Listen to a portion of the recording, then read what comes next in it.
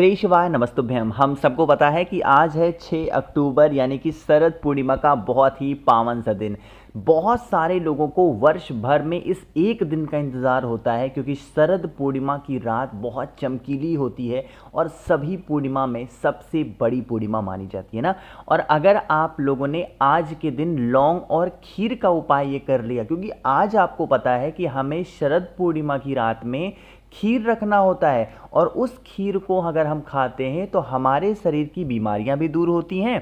साथ ही साथ हमारे घर में अगर किसी भी प्रकार की कोई परेशानियां हैं, लड़ाई झगड़े के माहौल हैं, तो वो भी दूर ज़रूर होते हैं। ठीक है ना। इसी की बात हम लोग करने वाले हैं। लेकिन बहुत सारे लोग कह रहे थे भैया टाइमिंग की बातें हमें समझ में नहीं आ रही हैं कि कब हमें रखना है। एकदम आधी रात में रखना है या फिर जब चंद्र देवता जैसे ही निकलें उस टाइम पे, या रात 12 बजे कब रखना है, इसकी बातें हम लोग करेंगे।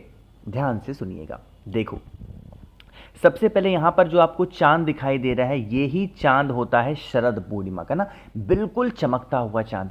आपको क्या करना है, अपने घर पे बनाना होगा खीर। मैंने कल की वीडियो में ही बताया था कि खीर हमें किससे बनानी है। आज के टाइम पे मार्केट में नया चावल अवेलेबल है। क्या है? नया चावल। तो अगर आपको नया चावल मिल जाता है तो वेल एंड गुड है, नहीं मिलता है तो जो आपके घर में चावल है उसी चावल से आप खीर को बना सकते हो। पहली चीज।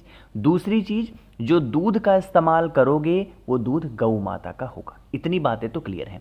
अब जो तीसरी बात हम लोग करने जा रहे हैं कि भैया कौन से टाइमिंग होगी। देखो, ऐसी मान्यता है, ऐसा माना जाता है कि शरद पूर्णिमा की आधी रात पे इस उपाय को करना चाहिए। क्या टाइमिंग होती है? रात को 12 बजे।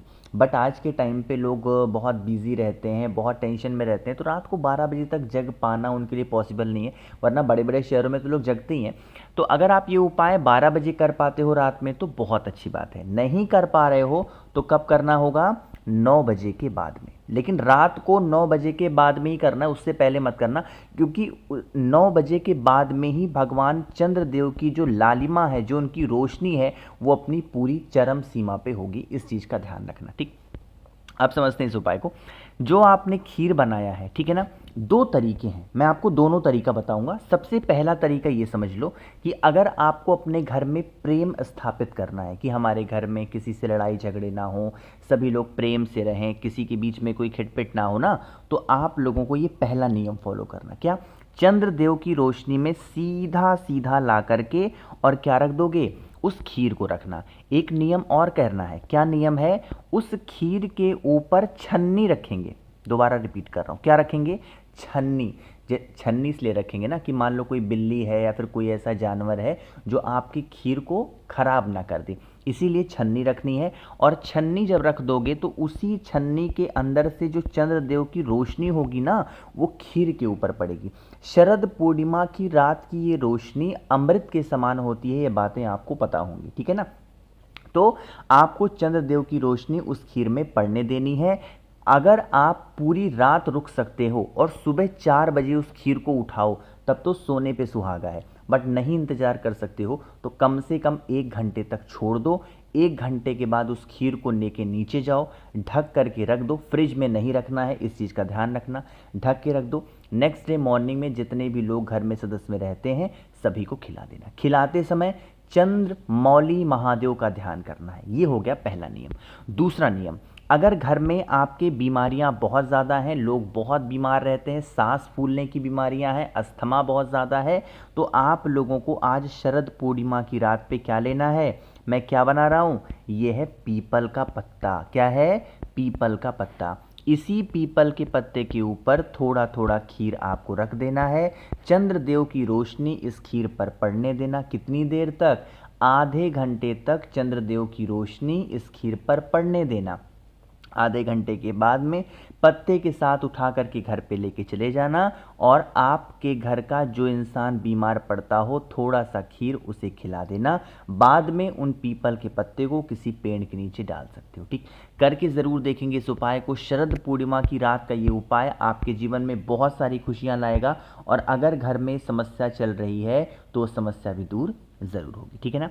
आगे बढ़ते हैं इस वीडियो के हम लोग अपने दूसरे उपाय की तरफ, और ये उपाय हम लोग करने वाले हैं अपने घर में से किसी भी प्रकार के नज़र, टोने टोटके, इन सभी चीज़ों को दूर करने के लिए बहुत स्पेशल सा, बहुत प्यारा सा उपाय है। लौंग से हमें करना है।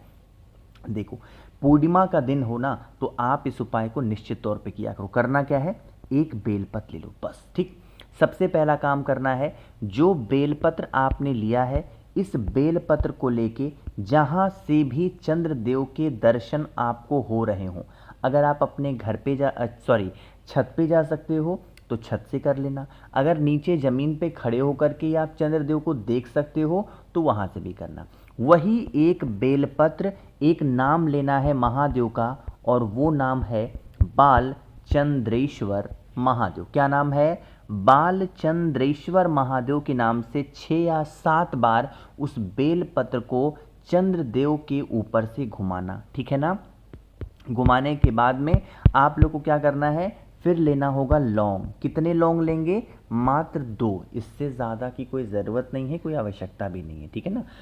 2 लौंग लीजिएगा। और हाँ, जब कभी भी लौंग के बारे में मैंने बताया है, लौंग के फूल टूटे ना हो, इस चीज़ का भी विशेष ध्यान देना। और फिर पहुँच जाना महादेव की शिवलिंग के पास में।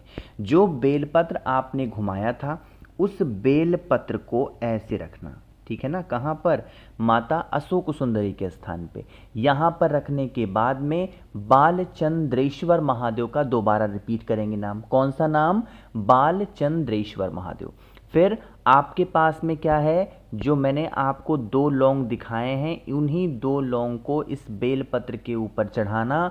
जो भी घर परिवार की समस्या हो, उन समस्या का स्मरण करना, और फिर 1 लोटा शुद्ध जल तांबे के लोटे से श्री शिवाय नमस्तुभ्यम का जप करते हुए चढ़ा देना। ये तो हो गया दूसरा काम।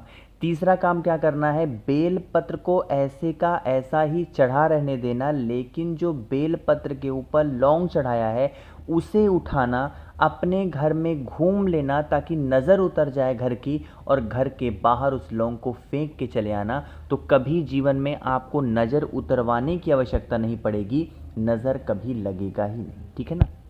चलिए आगे बढ़ते हैं इस वीडियो के हम लोग अपने तीसरे उपाय की तरफ, जो कि हमें करना है शहद के साथ में। कैसे करने हैं, कहाँ पे करने हैं, ज़रूर बातें करेंगे, लेकिन सबसे पहले वीडियो को लाइक कर दीजिए। जिसने अभी तक चैनल को सब्सक्राइब नहीं किया, आप मेरी आवाज़ आज पहली बार सुन रहे हो, तो ज़रूर करेंगे चैनल को सब्सक्राइब, ठीक है ना। देखो, समझने की कोशिश करना। शहद यहाँ पर आपको दिखाई दे रहा है। अगर आपके रिश्तों में खटास है, ठीक, रिश्तों में खटास का मतलब क्या है कि अगर मान लो चाहे हस्बैंड वाइफ हो, उन दोनों में ना बनती हो, भाई बहन है, उन देखो रिश्ते सिर्फ पति पत्नी के नहीं होते हैं, रिश्ते भाई बहन के भी होते हैं, माँ बाप के भी होते हैं, देवरानी जेठानी के भी होते हैं ना। तो अगर आपके घर में रिश्ते खराब चल रहे हैं, एक दूसरे से बनती ना हो, वो घर का कोई भी सदस्य हो सकता है, तो आपको इस उपाय के लिए थोड़ा सा शहद लेना होगा, ठीक है ना। शहद लेने के बाद में आप सभी को ज़रूरत पड़ने वाली है एक आम के पत्ते की, बहुत ज़्यादा नहीं, सिर्फ एक आम का पत्ता, है ना। इस आम के पत्ते को लेकर के तांबे के लोटे में जल भरना और पहुंचना महादेव की शिवलिंग के पास में। नियम समझेंगे, तरीका। जो आम का पत्ता आपके पास में है, उस आम के पत्ते के ऊपर आप लोग को पहले भोले शंकर की शिवलिंग के ऊपर आपको शहद लगाना है। शहद लगाओगे कुंदकेश्वर महादेव के नाम से, और जो भी व्यक्ति घर में परेशान है उसका नाम और गोत्र बोल के आम के पत्ते को महादेव की शिवलिंग के ऊपर चढ़ा के, जो भी व्यक्ति शरद पूर्णिमा के दिन इस उपाय को करता है, उनके घर में कभी परेशानी, तकलीफ़ें, समस्या नहीं आती है, ठीक है ना। करिएगा ज़रूर। आगे बढ़ते हैं सबसे आखिरी उपाय की तरफ, जो कि हमें करना है चावल के दाने के साथ में ना। वैसे तो उपाय मैं बता चुका हूँ, बट रिपीट करते हैं। ये उपाय स्पेशली हम लोग करने वाले हैं क्षमा याचना के लिए। देखो, हम लोग जब भी पूजा पाठ करते हैं तो हमें पता नहीं चल पाता कि हमसे कौन सी गलतियाँ हो गई हैं ना। तो आपको क्या करना है, थोड़ा सा लेना है चावल के दाने, बहुत ज़्यादा नहीं, थोड़ा सा, एक चुटकी। चावल के दाने के साथ ही साथ आपको 2 पुष्प लेने हैं। अगर सफ़ेद मिल जाते हैं तो बहुत अच्छी बात है, नहीं मिलते हैं सफ़ेद तो कोई भी फूल ले लो, और फूल भी नहीं मिलता है तो इसके स्थान पे कोई अनाज का दाना ले लो, ठीक है ना। फिर महादेव के शिवलिंग के पास आना। यहाँ पर पहुँच करके आपको ये जो मैंने दिखाया है चावल के दाने 1 चुटकी, इसे समर्पित कर देना माता अशोक सुंदरी के स्थान पे चंद्रेश्वर महादेव। दोबारा रिपीट कर रहा हूँ, चंद्रेश्वर महादेव के नाम से समर्पित करना, और जो भी अनाज के दाने या पुष्प लिए हैं उसे अपने हाथों में पकड़े रहना। पहले एक लोटा जल चढ़ाना और फिर क्षमा याचना करके उसे महादेव के शिवलिंग के ऊपर आप समर्पित कर देते हो, तो इससे आपकी क्षमा जो आप मांगोगे वो जल्दी स्वीकार होती है। ठीक है ना। क्षमा कैसे मांगोगे? हे शिव शंभु, हम नादान हैं, हम नासमझ हैं, हमसे पूजा करने में कोई भी गलतियां त्रुटियां हो गई हों, हमें नादान समझ के क्षमा करें, ऐसे विनती प्रार्थना करना। ठीक है ना। चलो, मैंने कोशिश की आप सभी को सब कुछ विस्तार से बताने की। वीडियो पसंद आई हो लाइक करिएगा, कुछ पूछना है नीचे कमेंट सेक्शन में पूछें, और मेरे जितने भी भाई बहन आवाज़ पहली बार सुन रहे हैं चैनल को ज़रूर सब्सक्राइब करेंगे। श्री शिवाय, नमस्तुभ्यं।